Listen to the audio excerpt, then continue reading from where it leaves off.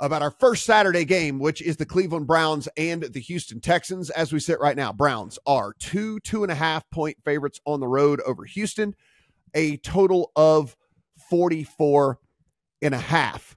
Adam, I'll start with you here on this one because I know that Steven and I are on the same page. So certainly want to get your opinion before we get going here on this thing. What do we know about this game? Well, I can tell you that they played on Christmas Eve. It was a 36-22 win for the Browns in Houston. That said, it was Davis Mills that was under center for Houston, not CJ Stroud. CJ Stroud will be back for this one. In that game, Flacco did go for 368 yards. That doesn't have anything to do with CJ Stroud not playing. And that was the game that Amari Cooper went absolutely nuts for 265 receiving yards. This is a new week. This is a different Texans team with CJ Stroud under center. What do you see here, Browns and Texans? So I think you have to look at what happened today in particular and have a little bit of caution if you're a Browns backer, if you have not already gotten into the market on the Browns, because the Denzel Ward situation from practice where he injured a knee, we don't know how badly, but he is considered day-to-day at the moment, is absolutely massive for this Browns defense. Just to pick one stat out of a hat, out of a number that you could use to talk about the Browns and what it means when Denzel Ward is on the field, their defensive success rate drops nearly 7% when Denzel Ward isn't out there. Quarterback rating against goes up massively by 20 plus points when Denzel Ward is on the field. So if you're not already in, I would just caution to think about that before you go any farther if you are heavy on the Browns. For me, I am not really worried about CJ Stroud having his first playoff game. I think that CJ Stroud has acquitted himself in big games fairly well. I think he did last week. I think he did in college.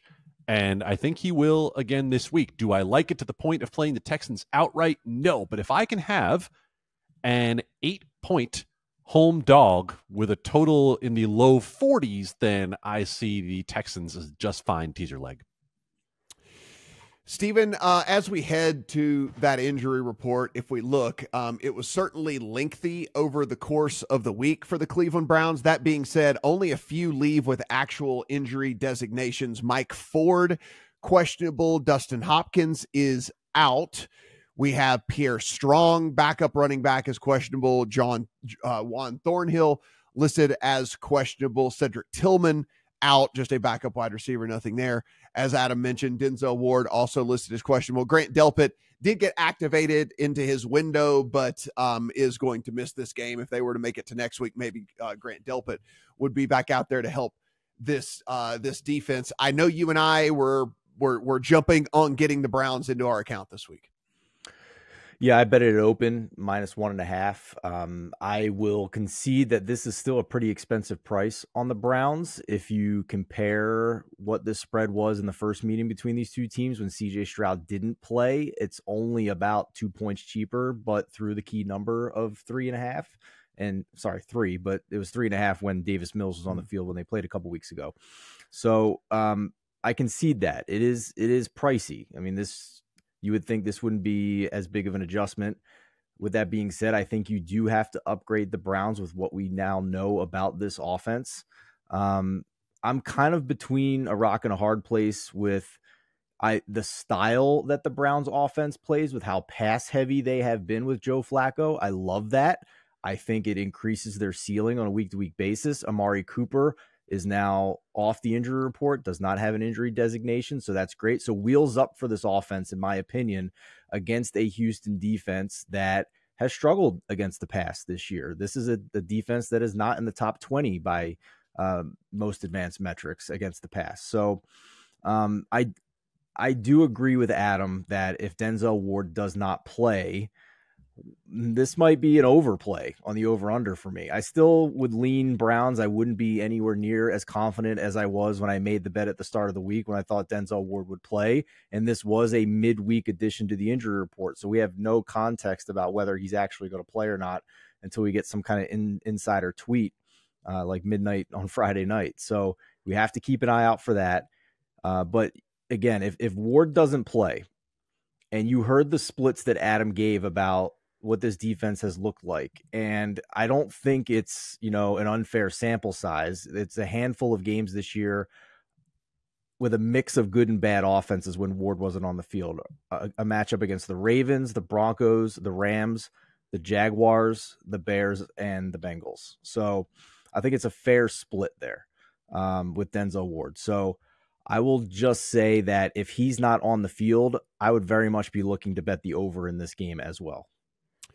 So I bet the over on open as well as the Browns. I bet the open anyway at 43.5. I bet the Browns at 1.5. It is up to 44.5. That being said, it would only still lean me towards an over as the different things that you guys said. If we look at the injury report on the Houston Texans side of things, lots of guys listed as questionable, and every one of them were limited practices on Thursday. So Will Anderson, Noah Brown, Malik Collins, Jonathan Grenard, Sheldon Rankins, Robert Woods, all guys that are listed as questionable. Jerry Hughes, a defensive end for them, is already ruled out in this thing. We know Will Anderson's going to go, but we know what Will Anderson does now. He only plays about 10 snaps a game. He only comes in on obvious passing downs, and that's all we're getting out of Will Anderson right now as he battles through this injury that is keeping him off the field on a down-to-down basis.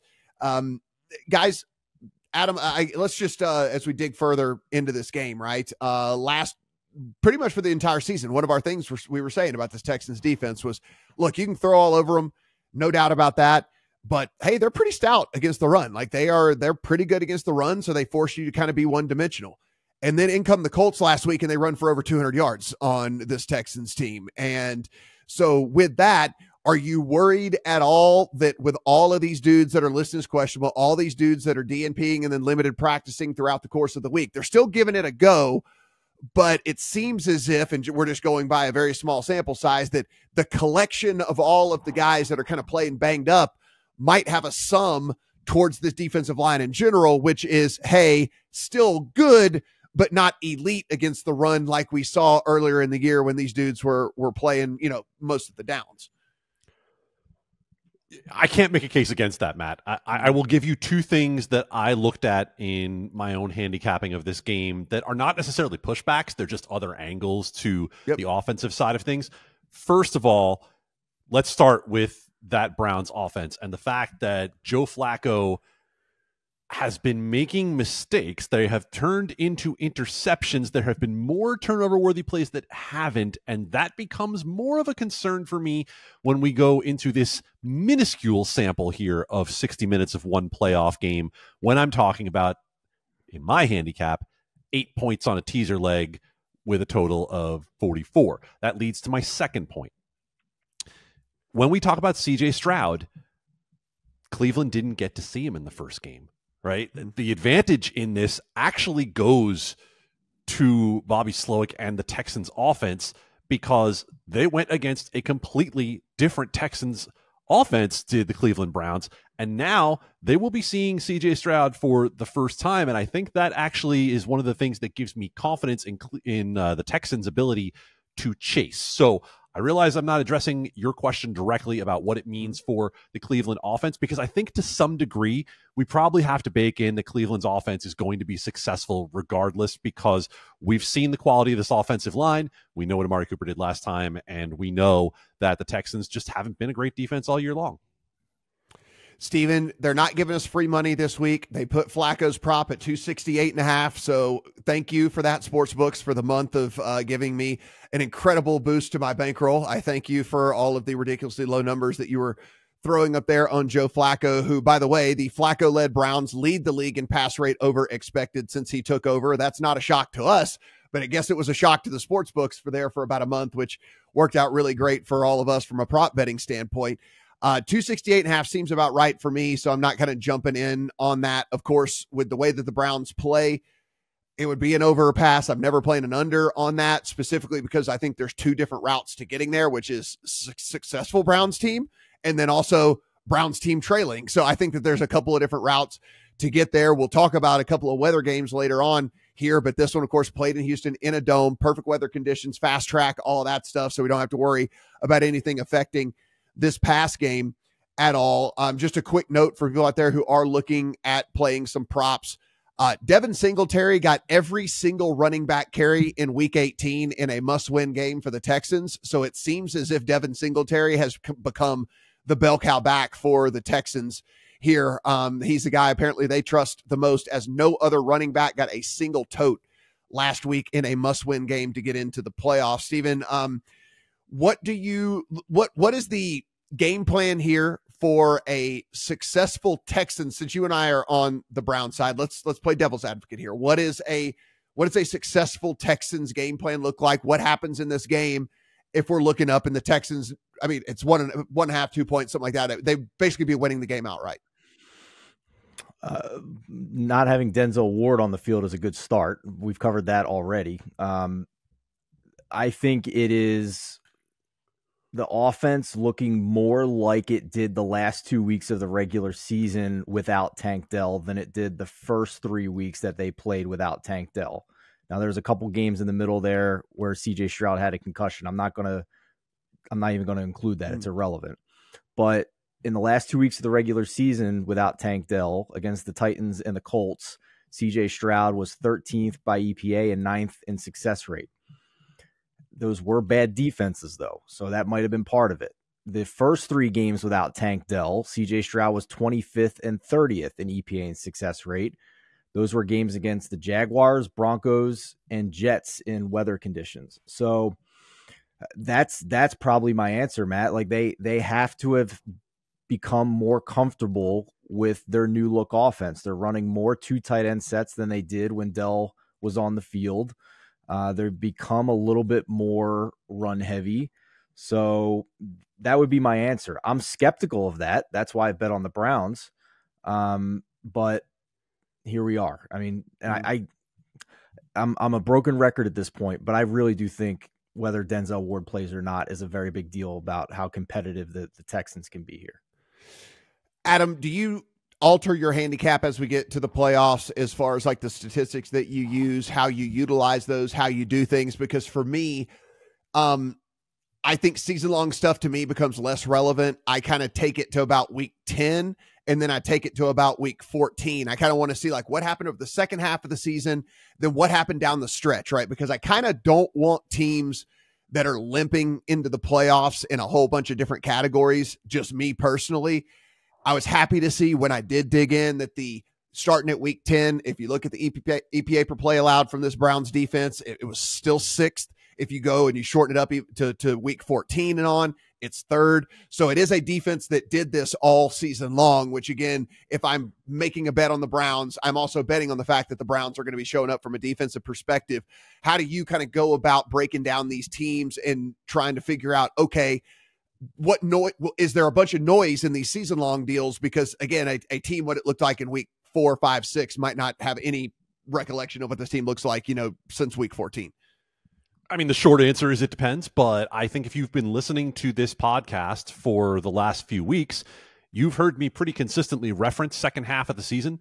I am pretty much, last 2 to 3 weeks of the year, I'm pretty much looking at second half of the year because there's so much in the NFL that I think we get too locked up in what the season long has looked like when so much changes.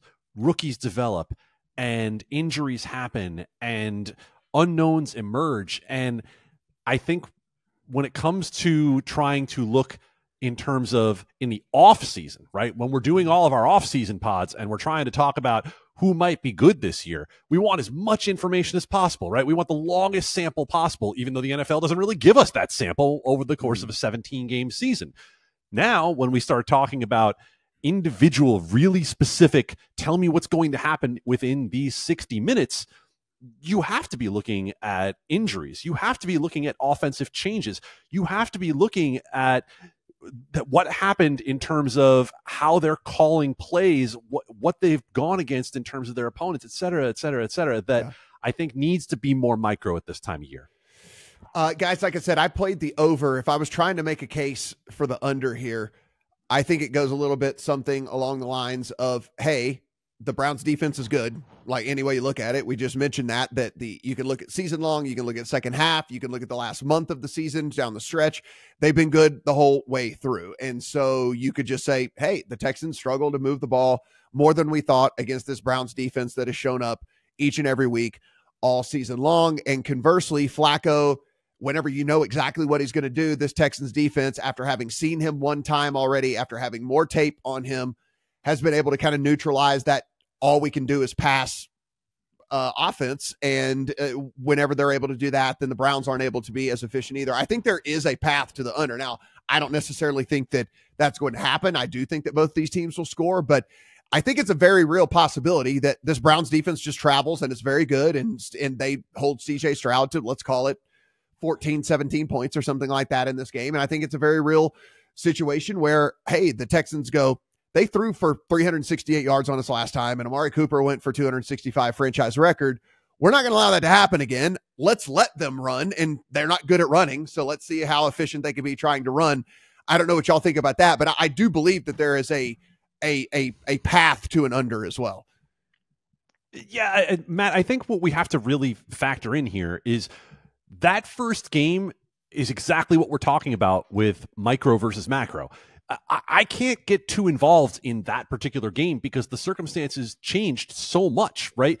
If I'm the Texans going into that game with Davis Mills, I damn well know I'm not winning, right? The Texans need a miracle to win that game. Am I breaking out anything that is my best against Cleveland in that game, including players who are nursing injuries, et cetera, et cetera? And whether I'm breaking out my best or not, CJ Stroud wasn't there before. So to the point of an under, what I do think it does is that it allows the Texans to maybe not be as bad on defense, right? Maybe not be as abysmal as they were in the first game because maybe they just didn't have the foot all the way down on the gas pedal in that game in the first place with CJ Stroud being out and them realizing we're just trying to get right for the playoffs. So if I were making an under case, that's the way I would look at it. Matt, I would like to close with a defense of Joe Flacco, because we've had some debates on our staff at the Lines this week about, we all mentioned what Adam said, the turnover worthy plays, and that's absolutely a concern. Overall, his advanced metrics in the weeks where he's been the Browns starter don't look very good because he's about 19th and in the mid 20s if you look at EPA and CPOE composite along with success rate.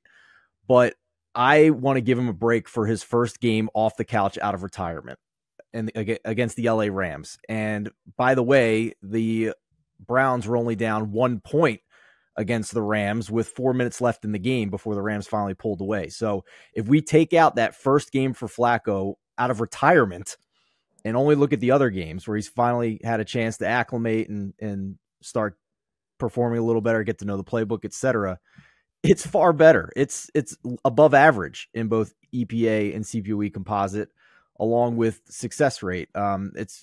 So I just want to give that context as well. I think we shouldn't overreact too much to a sample that includes that much of an extreme situation with his first start. Yeah, I mean, at the end of the day, his turnover-worthy play percentage is a little bit high for what you'd like, but it's at 3.6. It's only 0.2 higher than CJ Stroud, who's on the other side of the field that everyone is jumping up and down about and how awesome he is. Josh Allen's turnover-worthy percentage play since week 10 was 4.2%, obviously higher. And so is Tua Tagovailoa, a guy that we really, really love this season as well. So again, everything in context, right? Like you said, I mean, everything in context as far as like the amount of times that he's throwing the ball, his turnover-worthy play percentage is in line or lower than some of these quarterbacks that we're really saying like, wow, they played great over the second half of the season. So again, these are the stats and why we're kind of looking into all of them. Super fun game, 2 bets in the account for me in that one.